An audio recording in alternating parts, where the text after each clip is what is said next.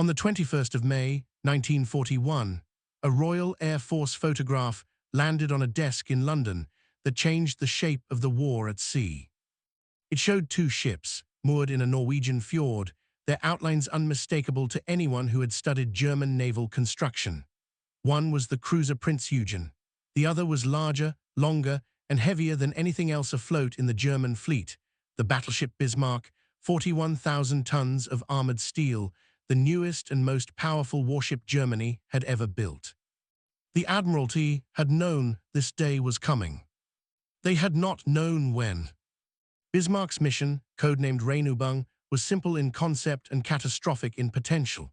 She was to break into the Atlantic with Prince Eugen at her side and hunt the convoys that kept Britain fed, armed, and standing. A single battleship of her class, loose among the merchant lanes, could sink more shipping in a month than German U-boats managed in a year. She did not need to win a campaign. She only needed to reach open water. The problem, from the British perspective, was geography.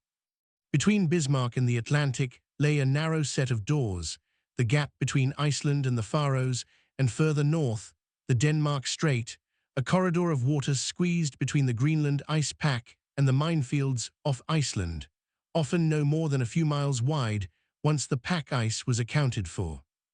Every ship that wanted to pass from the Norwegian Sea into the Atlantic had to use one of these doors, and the Royal Navy's task, as it had been for 2 years of war, was to watch every door at once with a fleet that was never quite large enough to do it comfortably. When the photograph confirmed the fjord was empty on the 22nd of May, the doors became the entire war. Admiral Sir John Tovey, commanding the home fleet from Scapa Flow, had already moved pieces into position before the confirmation arrived. The cruisers Norfolk and Suffolk were patrolling the Denmark Strait, radar-equipped, tasked with the unglamorous and essential job of watching, not fighting. Further south, at Scapa itself, the battleship King George V and the aircraft carrier Victorious waited with steam up. And in the Atlantic approaches near Iceland, 2 more ships stood ready to intercept anything that came through the strait. The battlecruiser Hood, pride of the fleet for 2 decades, and the new battleship Prince of Wales, so newly commissioned that civilian technicians from the shipyard were still aboard finishing her guns. Tovey did not know which door Bismarck would use. He had to guard them all and hope the guess was right. On the night of the 23rd of May, in the fog and drifting ice of the Denmark Strait, HMS Suffolk's radar operator picked up a contact at 7 miles. The signal went out across the fleet in minutes. Enemy battleship and cruiser, Denmark Strait, course south. The hunt had found its first thread. It would take 5 more days, the loss of one of the most storied ships in the Royal Navy, and an act of desperate improvisation by a squadron of obsolete biplanes before that thread led to an ending. Hood and Prince of Wales made contact with Bismarck and Prince Eugen shortly before 6 in the morning on the 24th of May. Vice Admiral Lancelot Holland, commanding the British squadron from Hood, made a decision in the opening minutes of the engagement that history has argued over ever since. He closed the range quickly, which reduced the time his ships spent under fire, but also meant that for several critical minutes, Hood's deck armor, always her weakest feature, a design compromise from her construction in the First World War, was exposed to plunging fire from Bismarck's main guns at the worst possible angle. The 2 British ships opened fire at just past 6. Bismarck straddled Hood with her 3rd salvo. At approximately 6 minutes past 6, an eyewitness aboard Prince of Wales described a column of flame erupting from Hood amidships, followed almost immediately by an explosion that broke the ship in 2. She sank in under 3 minutes. Of a crew of 1,418 men, 3 survived.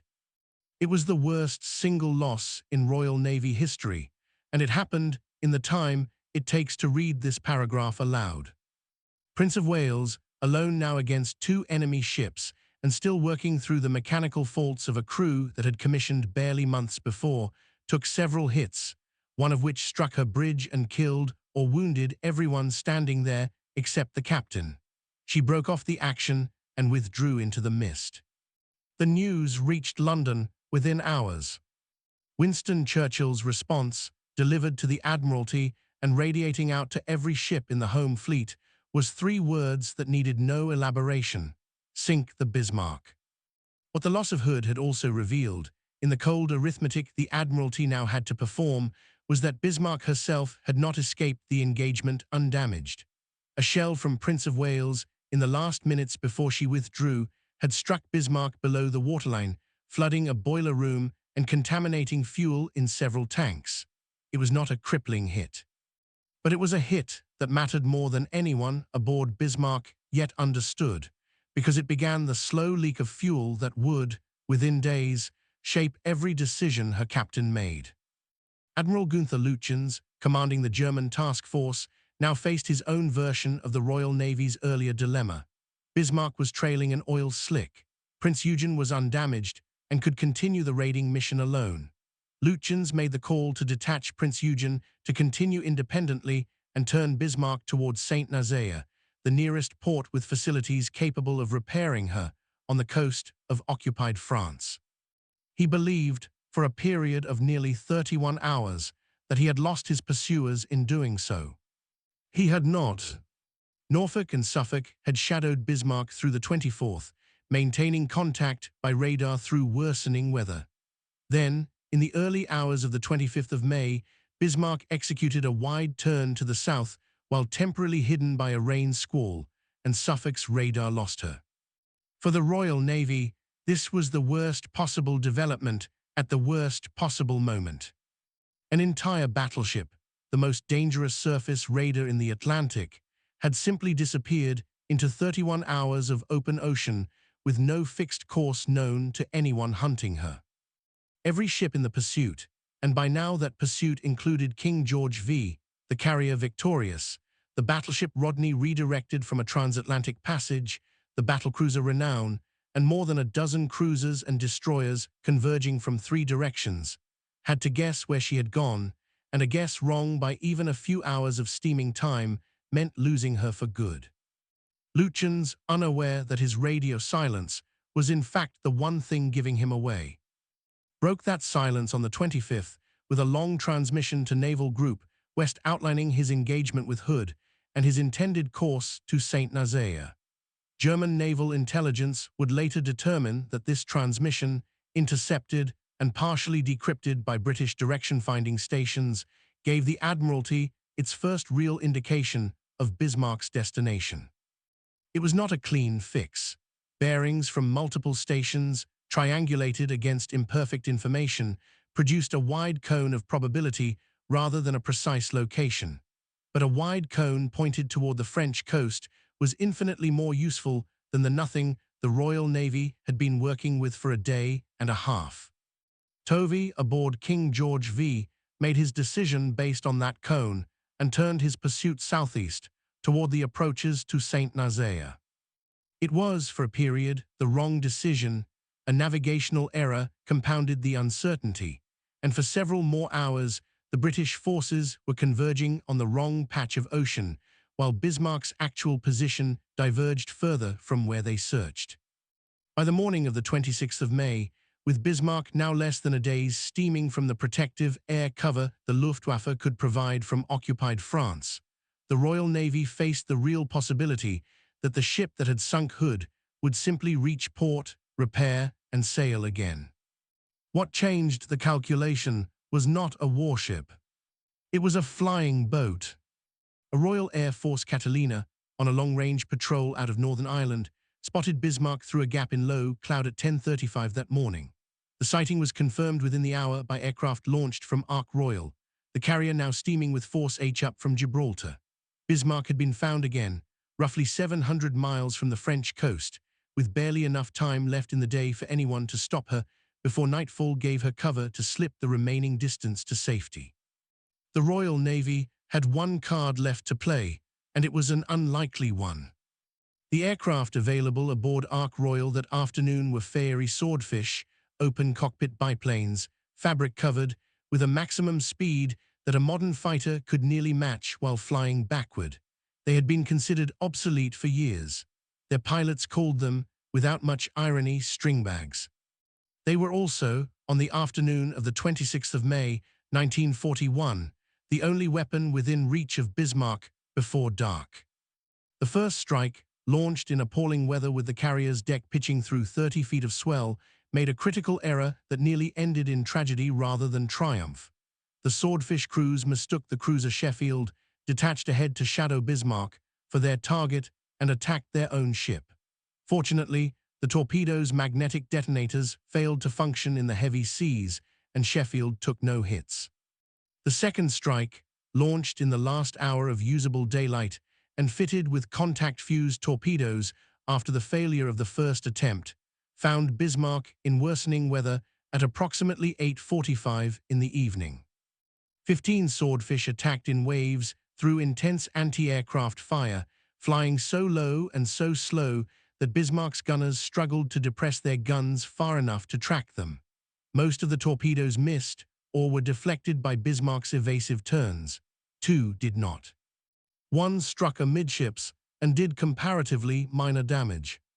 The other struck the stern. It was, in the full accounting of the entire pursuit, the single most consequential hit of the campaign.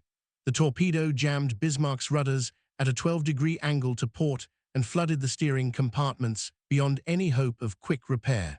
Divers sent to attempt manual correction found the compartment already too flooded to work in. Bismarck could no longer be steered.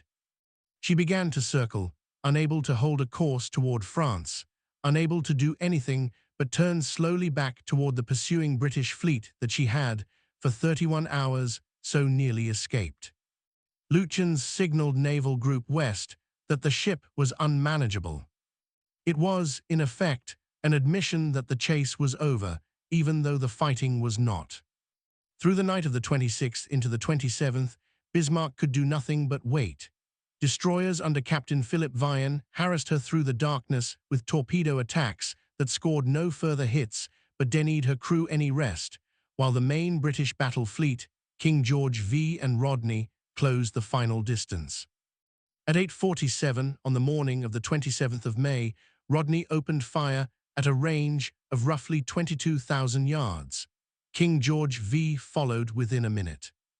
Bismarck, still capable of firing her main guns despite her ruined steering, returned fire and straddled Rodney in the opening exchanges. But a ship that cannot maneuver cannot fight the way her designers intended, and within 20 minutes, a hit from Rodney had destroyed Bismarck's forward fire control, blinding her main battery's ability to aim with any coordination. Her guns fell silent turret by turret as the battle continued, not because the crews had abandoned them, but because there was, increasingly, nothing left functioning to aim them with. The British battleships closed the range and fired for the better part of an hour, joined eventually by the cruisers Norfolk and Dorsetshire. Bismarck, ablaze from bow to stern, her upper works reduced to wreckage, did not sink under the gunfire alone. It was Dorsetshire's torpedoes, fired into the wreck from close range in the battle's final minutes, that finished what the guns had begun. At approximately 10:36 that morning, Bismarck rolled onto her side and went under. Of a crew of more than 2,000, roughly 115 survived, pulled from freezing water by Dorsetshire and the destroyer Marie before a U-boat scare, real or reported, forced the rescue ships to withdraw and abandon the search, leaving an unknown number of men still alive in the water. The pursuit had lasted just under 9 days from the first reconnaissance photograph to the final torpedo. It had cost the Royal Navy its most famous ship and the lives of nearly 1,500 sailors on both sides combined in a single week. What it had also done, in the accounting that mattered to the war beyond that week, was remove the single greatest surface threat to Atlantic convoys for the remainder of the conflict. No German battleship of Bismarck's class would attempt an Atlantic breakout again. The lesson the Kriegsmarine drew from the loss was that the surface raider strategy, however powerful the individual ship, could not survive contact with a navy that was willing to commit nearly every available vessel to a single hunt. The Royal Navy had not found Bismarck through any single stroke of brilliance. It had found her through radar operators who held contact in freezing fog, direction-finding technicians who triangulated a partial signal into a cone of probability, a flying boat crew who happened to look through the right gap in the clouds, and a squadron of obsolete biplanes who flew low enough through enough gunfire to jam a rudder that no battleship gun could have touched. It was, in the end, not one weapon that sank Bismarck. It was the whole fleet refusing to let go.